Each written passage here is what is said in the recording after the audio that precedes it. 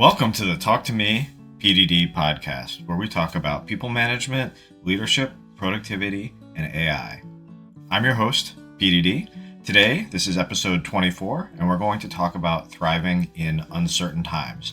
So I'm going to share some thoughts and things that I've personally found helpful to navigate knowledge work, the tech industry, which is always changing. There's always sort of developments and advances, and within companies, regardless of those technological advances, there can be organizational changes, leaders come and go, that impacts all of us. But having spent some time in the industry, around 20 years or so, the last 5 years have really had a lot of change and a lot of uncertainty, and it's been increasingly difficult for people to navigate those. You've probably seen or felt the effects of burnout yourself, and just the anxiety of trying to navigate your career, your work, your life within all of these changes. So something that's absolutely top of mind for me, for myself, for teams that I manage, for coworkers that I talk to. So I wanted to share a little bit about that today. So before we get into the tips, I just wanted to take a look back at the past 5 years and kind of go through some of the major changes that I've seen that have contributed to this uncertainty. Starting with the COVID pandemic, going to more of a remote work environment, people starting to shift and work from home who may not have done that in the past. Certainly for me, even though I had done that a little bit, I didn't necessarily have an ideal setup. So people working at, folding tables and chairs and quickly realizing that that wasn't sustainable. And then how to kind of, is that what work is going to be normally going forward, or is this a temporary thing? But as it stretched on, it became more and more of a permanent thing. Then people may have relocated to different physical locations since they were no longer tied to an office. So dramatic change in how and where we work in a very short period of time. Right around the same time, there was this massive war for talent, at least in the tech industry, and huge amounts of hiring. So lots of people coming in, trying to onboard at the same time, trying to maintain team culture and cohesion in a totally remote environment with people who may have started at a company and never set foot in an office, or maybe go for a year plus at a time with never meeting a coworker in the same physical space. Again, something dramatically different than what most of us have ever faced in the past. You could make an argument that this was a period of overhiring, where just because there was such a competition for talent and such a period of growth, that the hiring may have been more than was warranted at the time. Also, just the signs of burnout with people trying to navigate the stress of the pandemic. Then this whole trend of quiet quitting emerged, where instead of actually leaving jobs that people were fed up with or burnt out, just trying to do the bare minimum and skate by, and then doing this in the period where there's a lot of growth and fight for talent. I think that maybe was easier to do without being noticed. We also saw the emergence of a lot of social issues within corporate environments, where that wasn't as much a key part or a visible part of many of these environments. So Black Lives Matter, for example, and some of the other protests and different things that were going on, at least in the tech industry in a lot of places, found their way into work. And this was something new for many of us to navigate, how to talk about these issues, and potentially ones where people had different points of view within the workplace, and figure out how that all works together. So again, another new change and a very dramatic and emotional type of issue for many people to talk about in the workspace. Then on the technical side, getting into the emergence of AI, generative AI. So on one hand, there's sort of the technology piece. How do we all learn about this? How is it going to impact individual jobs depending on what you do? And just trying to understand that, what's real, what's not real. So again, a big technical development and change in the midst of all this sort of social, employment, and organizational change. Now, sometime after that, we're sort of seeing the whipsaw effect in the employment market. Instead of going from aggressive hiring and talent wars, now shrinking, and maybe a correction to some of this aggressive hiring, maybe further on the other end. So layoffs at different companies, hiring freezes, things like that. So, within all of this uncertainty, having to navigate that as well? And then with the emergence of AI, how does that impact the jobs of the future or the future of work? And as companies try and align to that without fully knowing what that's going to look like, how does that impact the workforce of today? And how do you think about the skills that you need to develop? And how do companies and organizations think about the structure and the people and the roles that they have within their team? Um, then, many companies have had various forms of return to office mandates. So if you were somebody who moved further away from an office, that's obviously something that is going to impact you. So people navigating that, even if it hasn't happened and you're in that situation, it may be something causing some anxiety. How will you manage that if you're forced to return to an office and you're no longer in that position? And it's not necessarily as easy to go to a different job right now, kind of given the current job market. So another piece of uncertainty and anxiety on top of it. So all of this, leading to a lot of potential for burnout, people facing those challenges. The rate of work has not slowed down. So on top of all this change, you have an increase in the rate of work and the speed that things are happening with things going to fully remote or hybrid or mostly remote during the pandemic. It felt like the rate of meetings and communications have increased, and that hasn't gone away. It's only accelerated on top of things. If you're a manager, especially kind of in the middle range of management and people management, there are a lot of expectations on you. There's a great book, Power to the Middle, that talks about this, and managers were expected not only to continue doing the management piece of their job during the pandemic, but to be there and support their people, and not exactly be a therapist, but sort of be along those lines. So it's a lot of burden to carry, right? If you're managing your own burnout plus all of the various issues that your team may be suffering from burnout with as well. So increasing burden and expectations on managers to help everyone navigate through this whole period of uncertainty. And last but not least, at least in the US, with the current government environment, there's a lot of uncertainty. If you have a government role or a government funded role, what does that all mean? Even if you're in a corporate role related to one of those programs, there's a lot of uncertainty there. If you're in a DEI role or a DEI supporting role, even if you're not in the government, there's some pressure to change those. So more and more uncertainty and a lot of different ways building on it. So I think it's just helpful to talk through all of that and realize just how much change and uncertainty we've faced in the past 5 years to help us feel better about why we might be feeling more burnout or anxiety and why things are different or at least accelerated in this past 5 year period than they've been in the past in the tech industry. All right. So all of that being said, we'll get the bad news out of the way in the beginning. I'm going to share some ideas and some things that I think are helpful to me and to navigate this period and not just survive, but to be able to thrive and to minimize the burnout and anxiety in my own personal and work life as well. So starting off with the first area, just our identity and how we build how we see ourselves. And at least in the United States, a lot of us tie that specifically to our title or what we do for work, and that sort of thing, which can be good and can, push you to perform and to be ambitious and to try and grow your career and your performance. But at the same time, in a period of uncertainty in the job market, that can be a little bit dangerous, right? Where if that changes, and you lose that piece, or it's maybe not the same as what it used to be in terms of importance or your competence, that can be damaging, not just in kind of the logical and literal sense, but damaging also to your self-worth. So I think it's good to think about how much value and how much of your own identity you build off of your title or what you do for work. There's a great book that talks about this in depth called The Good Enough Job that I would encourage everyone to read and to think about.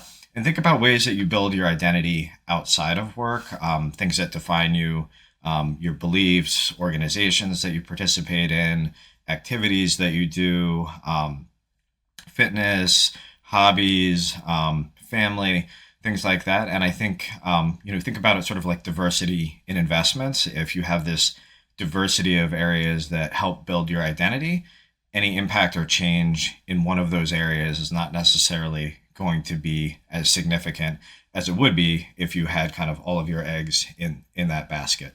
Not to mention the price of eggs these days with uncertainty.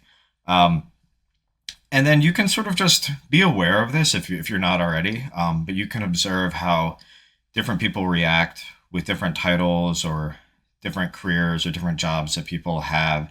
And at least something that I try and do is trying to separate myself out from that and to kind of not put people up or down based on title, but just try and treat everyone, as people and get to know them and try and focus on introducing myself or getting to know somebody else, not necessarily just by what they do for work or not kind of like your work is who you are, but that's a piece of you and on understanding different aspects and not focusing so much on who I am in terms of work as opposed to who I am in all aspects of myself. And it's just a different mindset shift. And I found that to be helpful in kind of building a more diverse and broader identity for myself and getting to know others in that way as well. Um, Now, one of the challenges that we talked about the rate of work being so high and a tendency for all of us to fall into overwork, which gets into this bit of a vicious cycle where because we're spending so much more time and energy there, that's increasingly a bigger part of our life and our identity. Um, and then we're doing more and more of that. So it's sort of building up your work identity disproportionately as an investment to everything else. So just something to be aware of if you're getting into cycles where you're spending more and more time and energy in work. Realize that a side effect of that is going to be kind of making your work identity a more important piece than maybe you want it to be. And this isn't to say that work's not important and that we shouldn't have ambitions there and want to achieve some really great things. But it's having some balance there and some resilience, which I think ultimately makes us more successful at what we want to do in work anyway and in life in general. Um, so some of this is also part of broader societal trends of people being a little bit more isolated or not being as part of as many clubs as they used to. There was the book Bowling Alone a while ago that talks about this. I saw a documentary recently, I think it was a Netflix one, about club participation and membership, about how there used to be so many more community social clubs and people would be members of lots of those. And now that's less and less the case. So there's just less opportunities to kind of build these identities and memberships and interact with people. So it's just something to be aware of and to try and be intentional about building those communities and those relationships to help with your resilience in your identity. And just being aware that like there are health implications of sort of your self-worth and your identity, both sort of physical and mental health. So taking care of yourself and realizing that there are consequences to sort of how much we invest of ourselves in our work, and both in terms of our identity and our self-worth. And when that gets damaged, it has consequences to our mental and physical health, and trying to live healthy, resilient lives, which ultimately will contribute back to making us more successful in what we do at work and in life. It's wise to consider how much of our identity we're building on our work and how our title and what we do there. All right, so starting with identity, I think that's a key one. So sharing my thoughts there. Next, thinking about sustainability. So I mentioned a little bit sort of when there was this first shutdown with the pandemic, people moved home. Maybe like me, you set yourself up on a folding table and chair, and within a couple days, your back was hurting, and you were kind of crouching over a laptop and realizing that this wasn't a sustainable way to work going forward. So there are periods that you can sprint through. There are periods of extreme busyness. If you're driving to get something completed for your work, totally fine. But just being aware of when it's a sprint and when it's not a sprint. So 5 years is not a sprint. You can't sprint through that and maintain these changes. So thinking about how you pace yourself, how you build in breaks, how you create an environment that allows you to work in a way that's sustainable, that your body can tolerate, that your mind can tolerate. For me, it's important to build a work environment that makes me happy, that brings me inspiration, that makes me feel like this is a place where I go and I do work. And then when I leave it, I'm not doing work. So those are things to think about as you try and build a sustainable work practice for yourself. Um, a lot of this, the boundary setting, I think became a lot more complex in the remote work environment. When you're physically in an office, that's a clear boundary that you're at work, and then you leave and maybe you're following up at home and things like that. But you've still crossed that boundary. You have your commute that's kind of giving you a transition period in between. And then if you're fully working from home or you switch to that, you lost those transitions. You may have blurred the lines between the various spaces that you have in your home or wherever you work. So now you may have to self-impose those boundaries. You may have to find ways to create a, commute or some sort of transition routine. That's your startup routine and your shutdown routine. That's going to be extremely helpful in telling your mind and your body when you're at work and when you're not at work. And some of it will just have to be self-imposed, right? That you're going to make a deal with yourself that I'm not going to work past a certain time, or I'll check on some things, but I'm not going to spend that much time on it. So whereas in the past, there were these predefined boundaries and rules of when you're working and when you're not, now for many of us, those are gone, and we have to build them for ourselves unless we want to get into a state where we feel like we're working 100% of the time, which isn't sustainable and can lead to burnout. So we need to impose those rules if we want to allow ourselves to maintain it through a marathon and not just a sprint. Um, Something that's really hard to do is to say no to things. And I do think that has become more challenging in a remote work environment. When you're, physically in an office with people, you kind of get a sense of how much work they have. You walk by, talking about different projects that they have, things like that.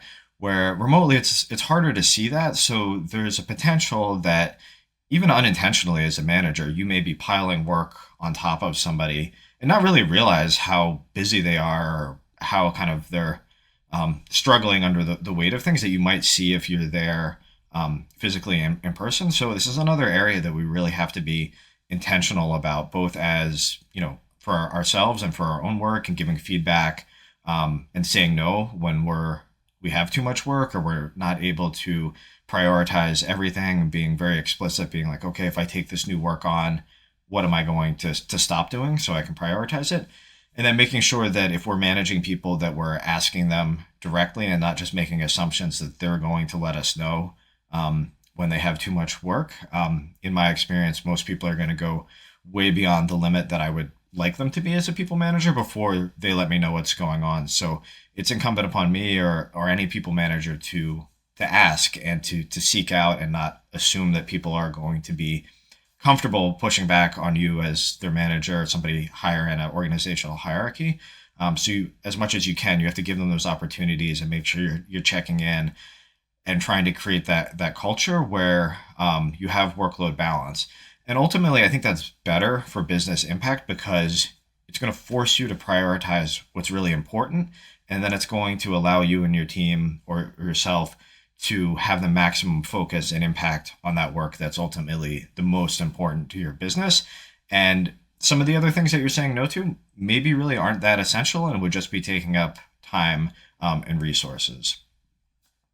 Again, I'm a big proponent of planning, time block planning, general productivity systems. I think these are increasingly important in the world that we're in today, being able to balance out what I need to get done today, how I'm going to get it done. But then, with technological change, trying to think about the work of the future, the skills that I'm going to need. I need a long-term plan too. So I need to be able to figure out how I'm building towards that future, but still getting the work that I need to do in the short term done as well. So I think planning systems or, multi-scale time planning, things like that are really useful today and to help you stay on track with both of those things of long-term development goals, whether they're your own skills or the strategic goals or longer-term projects, with the immediate needs of running a business or getting your day-to-day work done. Um, and then just kind of along those lines, I've talked about it a number of times, but this idea of sort of the infinite buffer problem, that sometimes we just try and go as fast as possible. We try and use AI, we try and use automation, we try and use efficiency just to get everything done. And in most of our work environments, there's an infinite amount of stuff to get done. So just running faster, sprinting, trying to do as much as possible. Number one, it's not sustainable, and number two, you're never going to get to the end of the work. So it's sort of a fool's errand anyway. So there you go. Number two, sustainability. Make sure you're working in a way that's sustainable in your environment, your workload balance, your boundaries, all of those things. All right, the next piece, a little more tactical, thinking about clarity. And there's, again, in a remote environment, there's a little bit less opportunity to get clarity in just sort of day-to-day interactions. And things are changing. And when you're in person, you're sort of changing together with the people that you're working with. When you're remote, people are experiencing the same change, but experiencing them differently and in disconnected ways.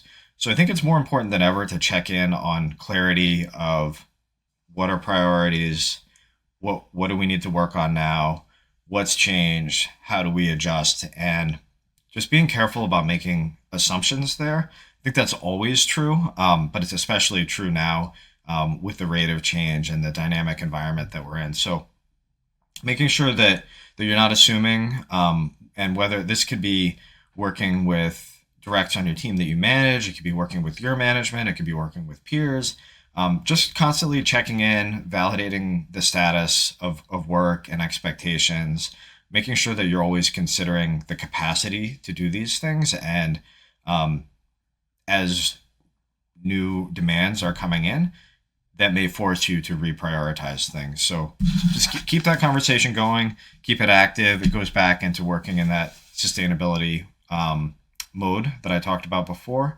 but really important to consistently check in and get clarity on what priorities are and what work people should be focusing on at a given time. Next, we're going to talk about the importance of connection. So again, this was sort of taken for granted when you're in a physical office space together. You have this community feel, you're seeing people a lot, you tend to have conversations that aren't directly work related. And that gives you a support network. So, let's say there's maybe something that doesn't go well for the business or for you in a given day. It's likely if you're in office, you can, you have somebody you can kind of chat about things and maybe feel better about them. Again, in a remote environment, you have to create these connections in the support system a bit more intentionally.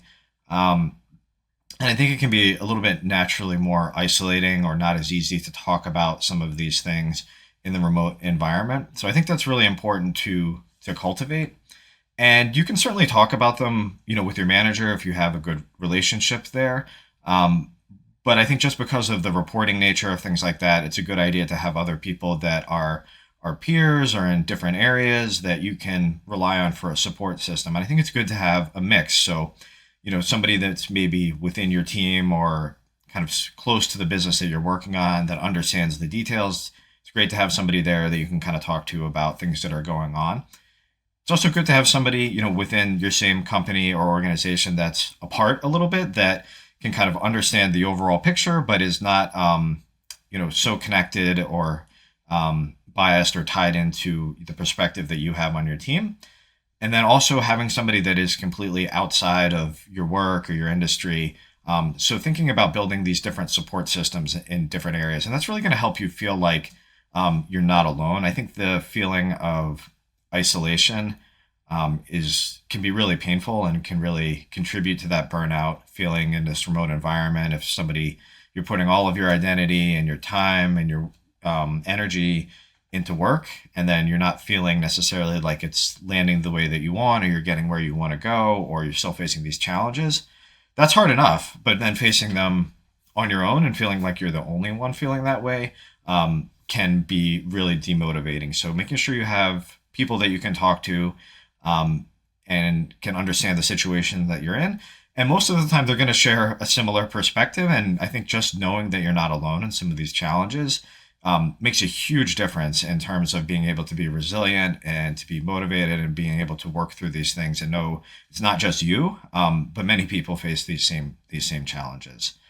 Um, and these are going to help you find opportunities as well. So, depending on what the hiring market is or what things are going on, um, it's almost always easier to find opportunities through networking. And as things change and we're in a rapidly evolving space, if you're looking for different roles or thinking about different opportunities or just trying to learn what's happening and how roles are changing, being able to leverage a network of people in a variety of different spaces in most instances is way more effective than trying to kind of do it blind or go through standard application processes or things like that. So you think about building your career and helping navigate through change and changes in the future of work and skills requirements and things like that. Your network can be a huge booster and support to you doing that. I think that's always been true, but I think it's even more important now. And then especially if you're remote or disconnected a bit from the physical space or being together with your team, just making sure you're cultivating and building those relationships, and you may have to be more intentional about connecting with different people that you come across and asking if you can spend time with them. And I would encourage you to do this. I consider myself a fairly introverted person, but just getting comfortable with, if somebody you connect with or they say something interesting, reach out to them and just ask if you can have a conversation. Most people are generally flattered by this and would love to talk and kind of share their experiences. I always try to accommodate people that reach out to me. And then I think it's everybody. You sort of establish these connections. And even though they're not necessarily what we would call strong connections, this idea of weak ties has been shown to dramatically increase success in navigating careers. So not only for the support piece and just knowing that you're not alone, but in building your career, these kind of one-off or less strong connections can be incredibly valuable. And just it's a way to help other people as well, building your network, and that can feel very rewarding. You can be in a place where you feel, maybe struggling with overwork or burnout or things like that, and you have a conversation with somebody and they tell you, well, that really helped me, or I was dealing with this challenge and I feel better about it from talking to you. That can really help alleviate some of the stress that you're feeling, and sort of help you feel some purpose with what you're doing, and that it's worthwhile to kind of struggle through this work and uncertainty and anxiety that we're all facing today. Next, thinking about being proactive. So it can be scary with all of this change, and I think some people tend to go into a bit of a defensive shell and just trying to hold on really tight to what they have and ride that out. And I don't think that really works in this environment of change. It may work for a period of time, but I think it ultimately sort of makes you vulnerable to becoming redundant or irrelevant in the skills and the work that you have. So I would encourage people to think about ways that they can be proactive and sort of riding the wave of change as opposed to holding on to where they are. And it's going to position you for success. So look where your industry is going. Look where the skills of the future are. Look where investments are, and try and put yourself in that place. It doesn't necessarily mean you have to change jobs or roles to do that, but just being aware of that. How can you incorporate that into what you're doing in your role? How can you bring that knowledge and insight into the teams that you work with, and be a part of that change? So if you are forced to change at some point, you're already well on your way there. And I think just the way that it can feel internally, being proactive versus sort of defensive and reactive, has a huge difference on sort of our overall mental health and well-being. If I feel like I'm a agent in my own success and I have some control over there, whether that's true or not, it helps me kind of be more resilient, to manage burnout, to go feel like I can be successful. Whereas if I feel like I'm sort of the victim of change and it's not my fault and I don't know what I can do, at least for me, that can contribute to more negative feelings. So I think being aware of what your own reactions are and trying to put yourself in a position that can contribute to a positive mindset to help you navigate this change successfully. And all of this change can feel chaotic and uncertain, but something I always try and remind myself is whenever there's change or periods of disruption like this, these are huge opportunities and opportunities that may not be around kind of during normal, stable times. So I would say be aware that if you're interested in kind of doing different things or moving your career forward or doing something different, can be a really great time to do that. So if you can separate yourself from, the fear and the anxiety of things, it can often be a really great time to make progress on goals that you may have had before, that may have taken longer, and now you can accelerate them in the current time. So go out, be aggressive, think what you want to do, and move towards that as opposed to trying to hold on and not get moved by the wave sweeping over us. And last but not least, and this is easy to say, probably, but harder to do, is this idea of acceptance, right? You can do all of these things. You can be proactive. You can build a network. You can set boundaries. You can do all of these things. And that's going to help a lot. But ultimately, at the end of the day, there are many things beyond most of our control.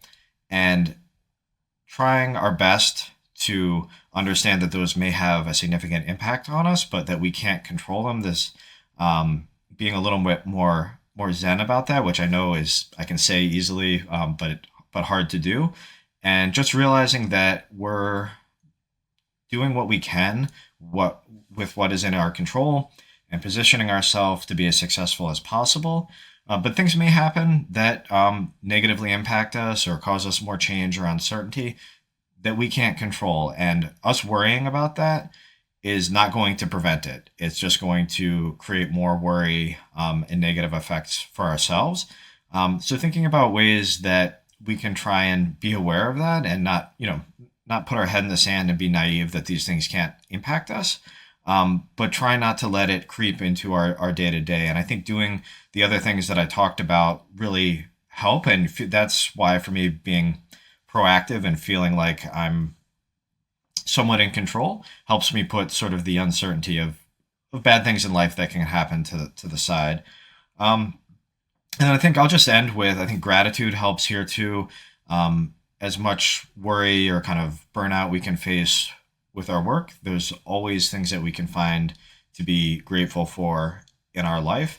And just taking some time to focus on those things and appreciate the good things that we have, even when we're in uncertain times or facing challenges, helps me build resilience, and I hope it'll help you too. So a lot of stuff here. Hopefully you enjoyed these takeaways. Let me know if you have any thoughts, things that you found helpful in navigating these uncertain times, and I'll see you next time. Thanks.